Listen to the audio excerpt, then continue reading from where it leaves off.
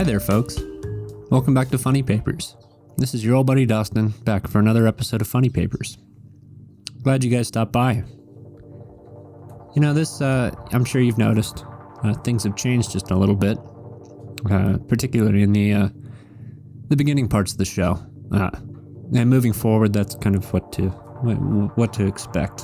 Just decided to do a little bit of a change. It kind of jumps into content a little faster, I think. I hope you approve of that. But so yeah, I'm just stating the obvious that things have changed just a little bit on the front end of the show, and also the back end. You'll see. Stay tuned through the show, and you'll see that that's a little teaser. Yeah, stick around till the end, and you'll see. Well, welcome back. Yeah, another interesting week. I'm sure everybody out there has also had an interesting week, or at least has something to talk about. When 7 days goes by, there's usually something that you can kind of pull out. This week I had, I've talked about my little buddy Nemo, the cat, little orange cat. He had a little outing yesterday, Saturday. I had to bring him to the vet, and nothing to be worried about. He's just fine. He's getting up there. He's a little older, and he was due for a little checkup. So I brought him in, and it's a little funny these days. Like a lot of things, regulations and just kind of procedures have changed. And for vets, I had to, pull into the parking lot and call in, and then the vet came to pick up Nemo and did their exam on him, and then the exchange happened on the phone as opposed to in person, which is a little funny. And if you're a pet owner, I'm sure you can relate with that. It's kind of a tough thing to hand off your little loved one to someone else and not be there to help comfort them, because the vet's not a pleasant experience for any animal. It's a strange environment, and in the past when you're there, at least you could be there to kind of help comfort them in that strange environment, but it's changed a little bit. But Nemo did fine. He was actually they said he went through the whole checkup procedure and everything really well, and came out with a clean bill of health, which is good, except for one thing, and it's not surprising. He's 11 years old. They said, Nemo's got a bit of arthritis. He's just showing his age. His teeth are not in tip-top shape, but that's typical of an older animal. And the one thing, they've prescribed him some vitamins for his joints, and also recommended I change his diet, which is interesting, and it's going to be tricky. Time will tell how that works. They want him to go to a wet food diet, which he's never liked before. He's always been, I'll put out wet food and he'll kind of lick up the juice and then leave everything else to dry. So that'll be a little trial to try and figure out what he likes and how to kind of wean him into that new diet. If anybody out there has a tip, I'm open to suggestion, and actually I welcome any tips or advice when it comes to that. So, yeah, that's what I'll be going through here. Anyway, I'm never one for good transitions, but this time I think I found a good one. So we're gonna jump into the funny papers now. Surprise. And I'm gonna start with Garfield. Surprise. And Garfield's a lot like Nemo. I've said that a lot in the past. He's an orange cat that likes his food and can be picky about his food. I'm not sure how old a cat Garfield is. Like any funny comic strip, the characters seem to just kind of, they don't seem to age. They seem suspended in time, and they're always kind of the same. throughout the years. But yeah, let's start with Garfield, and Garfield is written and illustrated by Jim Davis. We start with Garfield sitting there in front of his food bowl, and his food bowl's got his name on it, Garfield. Yeah, I should get a food bowl for Nemo with his name on it. That'd be interesting. Anyway, he's sitting by his food bowl, which is just loaded to the brim with food. And he's sitting there. He has kind of uninterested look on his face, and he's kind of shoveling a bite of food into his mouth. He's not actually got his face down onto the bowl. He's actually pawing it into his mouth.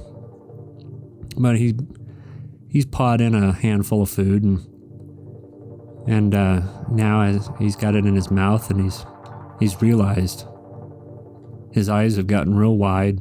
His cheeks are bulged out like a chipmunk. He looks a little surprised. Oh my God, but maybe he doesn't like it. Yeah, doesn't seem like he does. And he's picked up his food bowl and he's walking across the table over to John, his owner, who's sitting there with a plate of food in front of him, and John's also eating. He's got a fork in his hand, and on his plate looks like it's maybe some peas and potatoes, and I don't know what that would be. Maybe some steak or something. Can't tell from here, but yeah, he's got a plate loaded full of food. It actually looks pretty good. And right next to his plate is the salt and pepper shaker. And Garfield walks up holding his bowl, and Garfield's kind of got kind of an irritated look on his face. But he walks up and he picks up the salt and pepper, and he's still salting and peppering his bowl of mush, whatever it is. Cat food. But he's shaking on some pepper now. And John's looking at him, holding his fork, and kind of chewing, watching Garfield spice his bowl of food. And Garfield, I guess, has finished spicing it, and he's walking away with his bowl.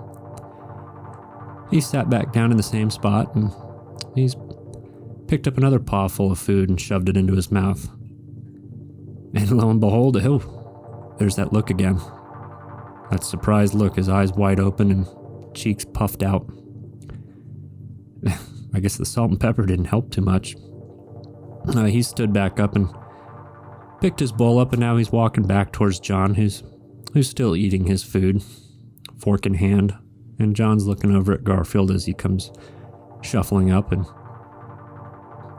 all of a sudden, Garfield's turned his bowl of food over on top of John's head and shoved the salt and pepper shakers into John's ears. And he's picked up John's plate of appetizing looking food, and he's walking off with it. John's sitting there with cat food running down his face. Garfield's bowl's upside down on his head. And John's just got this kind of irritated look on his face, looking right at us. With the salt and pepper shaker sticking out of his ears. That's Garfield. So, yeah, Garfield was not pleased with his food. You know, he tried spicing it up, but it didn't do any good. Still didn't sit right for him, so he decided to just take John's food, but in the process turn it over on top of John.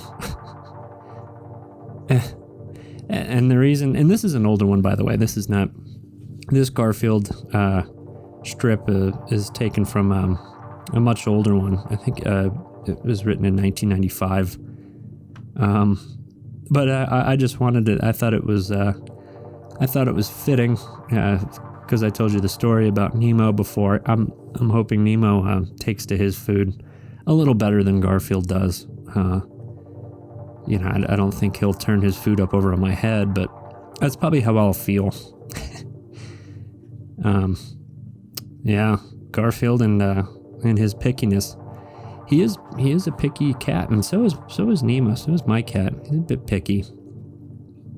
So wish me luck in the weeks to come trying to get Nemo to kind of switch his diet. I'm sure it'll go just fine. Well, Anyway, we'll move on from there. What now? All right, let's move to the actually today's newspaper.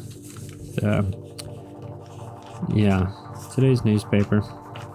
We'll start with Pearls Before Swine. By Stefan Pastis. And this one's I got a few. This one's just fun. Let's jump into it, and I have a few thoughts about it.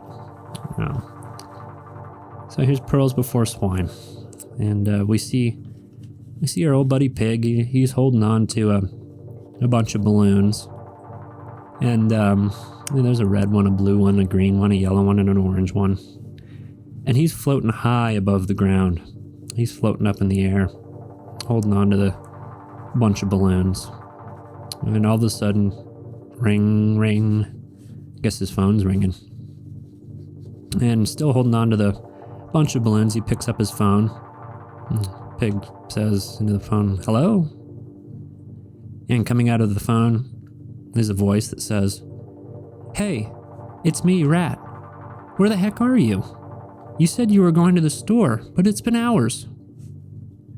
Now Pig's still floating along, holding on to his bunch of balloons, high above the ground. You can kind of see mountains in the background and green field below him. And Pig responds on the phone. He says, "Oh, big, long lines. You know how it is. They only let in so many people at a time." Yeah. Coming out of the phone is a response from Rat, and Rat says, "Okay, just wanted to be sure you weren't so desperate to leave the house that you secretly snuck off to explore the world." And Pig, still floating along, holding on to those colorful balloons, says, "Haha, no, just shopping for groceries with my good old mask on." Now all of a sudden, Rat's floated up next to him, and he's also gripping a large bunch of balloons, and they're both floating along, looking each other square in the eyes, floating high above the ground. And looking at each other awkwardly, Pig says, "The quarantine made me do it." And Rat responding, "I won't tell if you don't." That's Pearls Before Swine. Yeah, there's a bit of that in me with being cooped up right now, that you feel like you want to have a little bit of escape. It really crave it. I mean, I can't. It's hard to quantify just how much I really want to get away, which is kind of tough to do right now. But just imagine grabbing onto a bunch of balloons and just floating away. That sounds pretty inviting. And this is no plug. It's just something I'm looking forward to. You've heard of the magician, the illusionist, the just crazy guy, David Blaine, is actually doing something very similar to this coming up in about a week. He's doing exactly that. I can't remember exactly what it's called. I think it's, I can't remember. You have to look it up. But his plan is, and David Blaine, he's stood up on top of a platform for a week. He's buried himself alive. He's done all these crazy things. And what he's doing next week is he's going to be floating away with a bunch of balloons. That's his plan. He'll float up as high as he can and then release from his cluster of balloons and then skydive back to Earth. It's just going to be interesting. I'm looking forward to it.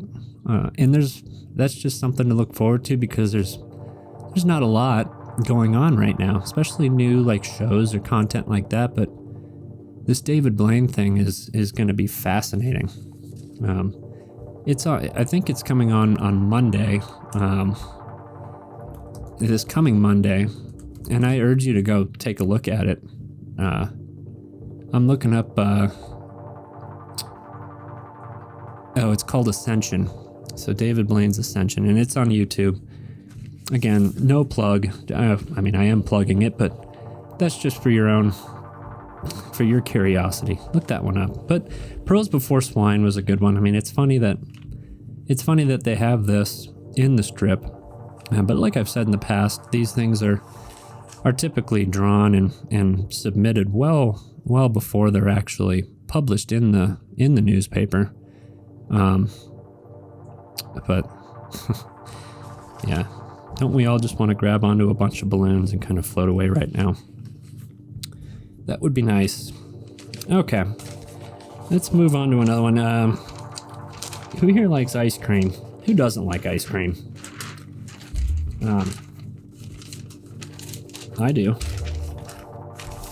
My favorite flavor of ice cream, it kind of varies. It comes and goes to different things. I mean, knee-jerk reaction would probably be like a cookies or a cookie dough ice cream. But I also, I'm also just a fan of French vanilla. And it depends on what you're having it with. If it's just a bowl of ice cream, yeah, you probably want to jump towards something with a little more in it than just vanilla. But like if you have a pie that goes with your ice cream, then sky's the limit. I would really do like a vanilla ice cream with like an apple pie. That just it makes me feel warm and fuzzy inside just thinking about that. Anyway, let's go to Beetle Bailey.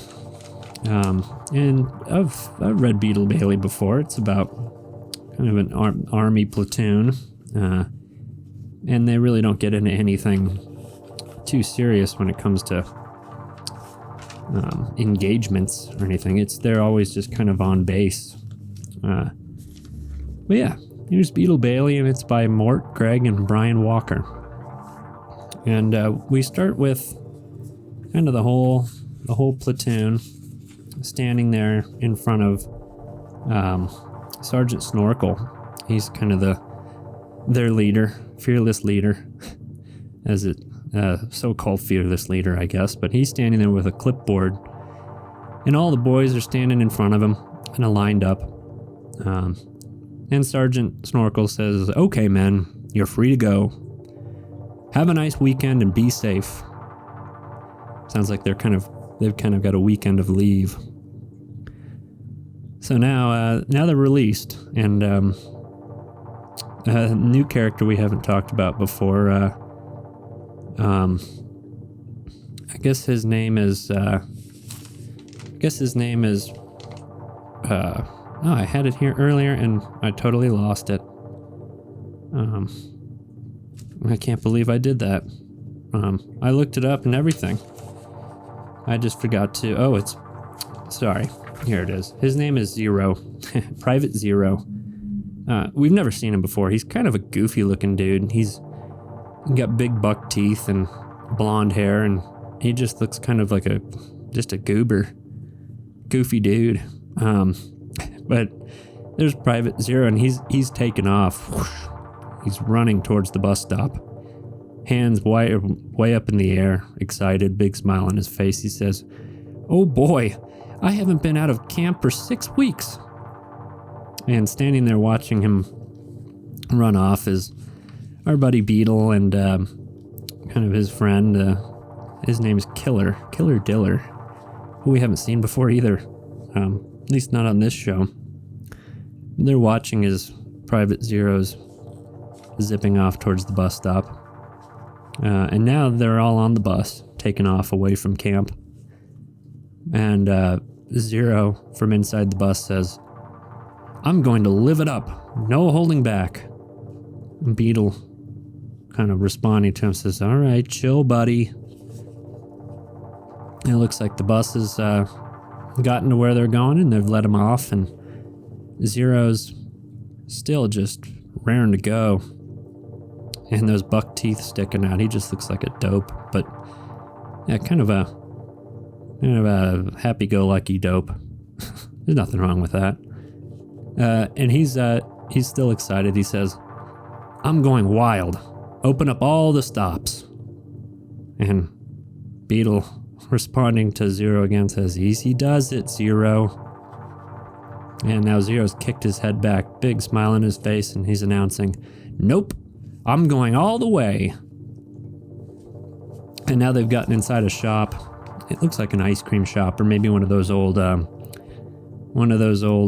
were they like pharmacies? Like a soda bar, one of those old school soda fountain type places. But Zero's leaning over the counter, talking to the shop owner, who's wearing an apron and a bow tie, and Zero and Beetle and Killer are standing behind him in line, and Zero says, give me this super sundae with cherries, chocolate, and a ton of sprinkles. And the shop owner behind the counter says, and nuts, I assume? Yes, there's Beetle. So I guess it's funny. Their first stop would be to get ice cream. I know a lot of people that were probably cooped up probably wouldn't make the ice cream parlor their first stop, but you know what? That's it's wholesome. This is some wholesome content right here, ladies and gentlemen. First stop was was ice cream, and why not? Lots of sprinkles, and the shop owner says, and nuts, I assume, which is funny because I think that's kind of a jab at Zero's crazy personality. He is a bit nuts. Sometimes you feel like a nut, sometimes you don't. That's what my mom always used to say. She still does. But yeah, sometimes you do feel like a nut. I feel like a nut right now. Okay. Now there's Beetle. What now? Oh, you know what? I thought I'd just continue with this kind of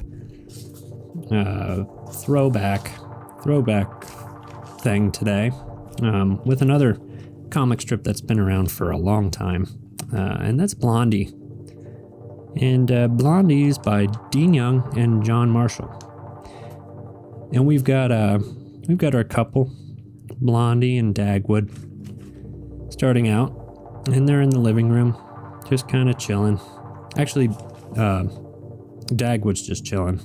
Looks like Blondie's ready to go. She's got her purse over her shoulder, but she's holding out a list in front of her. And Beetle, sitting in his armchair with the TV in front of him, he's looking back at the list that Blondie's holding out in front of her, and Blondie says, would you mind taking care of a few chores while I'm at my shop today, honey? Yeah. Now, Dagwood's grabbed the list and he's holding it in front of him, looking at it, kind of reading off what's on the list, and Dagwood lists off, paint the front door, mow the lawn, clean out the hallway closet, wash the windows and screens. And he keeps going. The list just keeps going. And Blondie's looking down at him as he's listing this stuff off. And Dagwood goes on to say, give Daisy a bath, fix the leaky pipe under the kitchen sink, organize the junk in the attic. And now he's finished the list and he's turned back to Blondie, who's still standing there. She's crossed her arms now. Just standing there, just looking judgmental. And Blondie says, that sounds like an awful lot to do in one afternoon, sweetheart. Now she's turned, walking away, and she, looking back over her shoulder, kind of casually responds, well, how about you just paint the front door and call it a day? Dagwood's looking up surprised. Oh, and Daisy the dog, who's been laying there on the ground, is kind of woken up and looking up at Blondie as she's walking away. And how we cut completely, and we're outside now. Daisy's asleep in the grass, and Dagwood's standing on a drop cloth with the paint bucket in front of him and paintbrush in hand at the front door, and he's painting away at the front door, and he mutters to himself, I wish just once she'd cut right to the chase. Yeah, there's Blondie. Yeah, she was kind of I don't know. She gave him that whole list. Probably it was a bit of a ploy, I think. Give him a big list of chores, and then at the end of it, just tell him, the one thing maybe she wants to get done first, which was paint the front door. Yeah, that's kind of the old bait and switch. I don't know if it'd be bait and switch, but some sort of psychological tactic.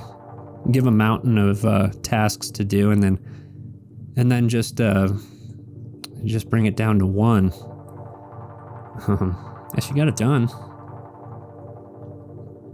And Dagwood's painting the door. That's kind of how I feel on some weekend days. Like I'll have a whole list of things that need to get done, and I don't really want to, because a lot of it's pretty mean, just menial tasks like mow the yard, cut the grass. It has to be done, but that's part of. Yeah, I'm guilty of procrastination every now and then. And maybe it was a Sunday. I don't know. I mean, she was going to work or something. She was going to a shop. Well, she got Dagwood out of the couch and out working. And there's you can feel accomplished at the end of the day if you get up and do something. All right. Well, I'm gonna move. And last one for the day.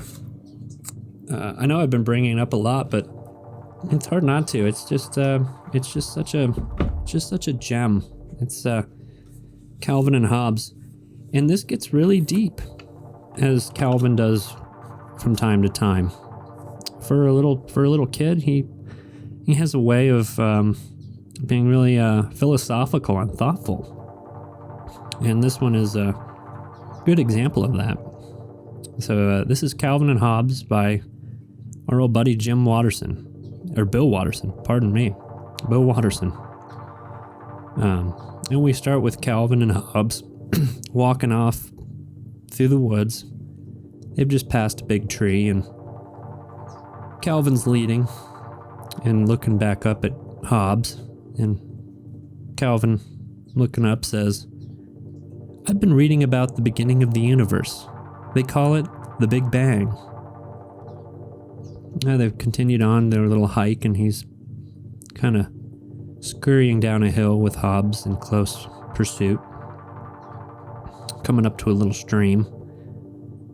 And Calvin's going on with his thoughts. He says, "Isn't it weird how scientists can imagine all the matter of the universe exploding out of a dot smaller than the head of a pin, but they can't come up with a more evocative name for it than the Big Bang?" If you continue their walk, and Calvin's still thinking out loud, he says, "That's the whole problem with science. You've got a bunch of empiricists trying to describe things of unimaginable wonder." Now they've stopped, and Hobbes is kind of putting in his 2 cents. He's got his hands out, kind of, that just making a point, and Hobbes says, "Well, what would you call the creation of the universe?" Calvin's got his arms wide open, just kind of exclaiming out. He says, "How about the horrendous space kablooey?" Yeah, Hobbes is thinking about it. He's got his one hand on his hip, and the other one is kind of under his chin, and that kind of inquisitive look, thinking. He says, "That is better." And Calvin just kind of, he's got that of course look on his face, but he says, "Almost anything would be."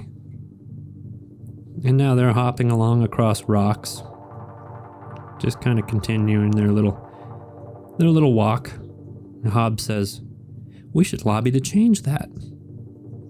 And Calvin, "And I think Tyrannosaur should be changed to monstrous killer death lizard." And Calvin and Hobbes, in the end of it, kind of trying a monstrous killer death lizard. It's the mind of a child, I guess. But the beginning part, I mean, that's a pretty deep subject for a kid Calvin's age. But it brings up a lot of thought. I mean, they came up with the Big Bang. It just seemed like it was they kind of phoned that one in when they named it.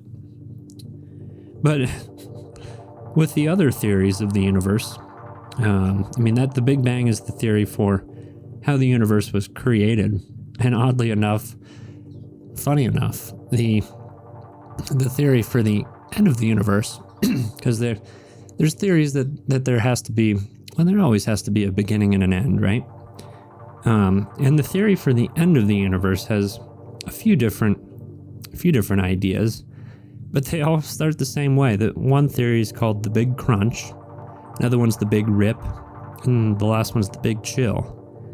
And in the Big Crunch, I guess the theory there is that the universe is slowly the universe is expanding. That's what astrophysicists have kind of come up with, that the universe is actually expanding, and it's been expanding ever since the Big Bang.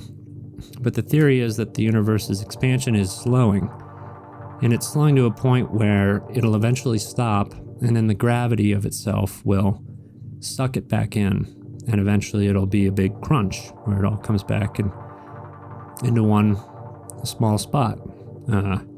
That's the Big Crunch theory. The Big Rip theory is that the universe expands to a point where it just becomes unstable and the fabric of space-time rips.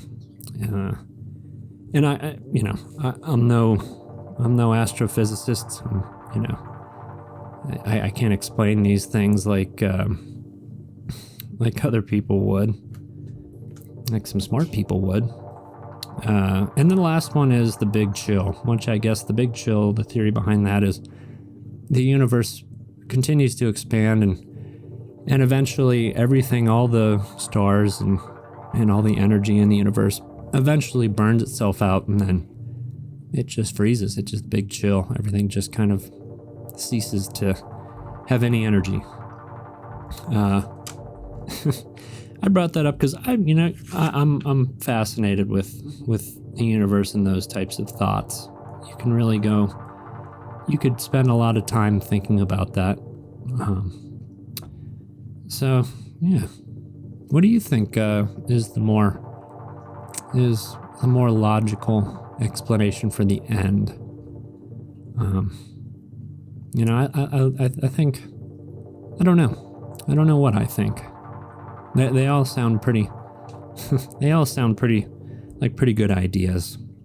I don't think any of us will live to experience that, because that's going to be probably billions of years away.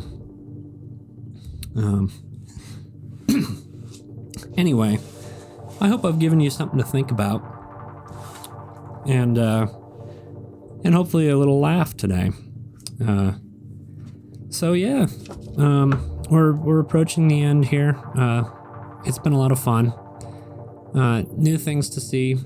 I think I'm finally zeroing in on getting the YouTube channel up. It's taken a little bit of time to kind of reformat the show to fit YouTube and make it interesting and exciting. It can't just be something new that nobody cares about. Then what's the point? That's coming very soon. I'd say in the next few days, as a matter of fact. But for now, thanks for joining me, guys. And until next time, I'll see you in the funny papers.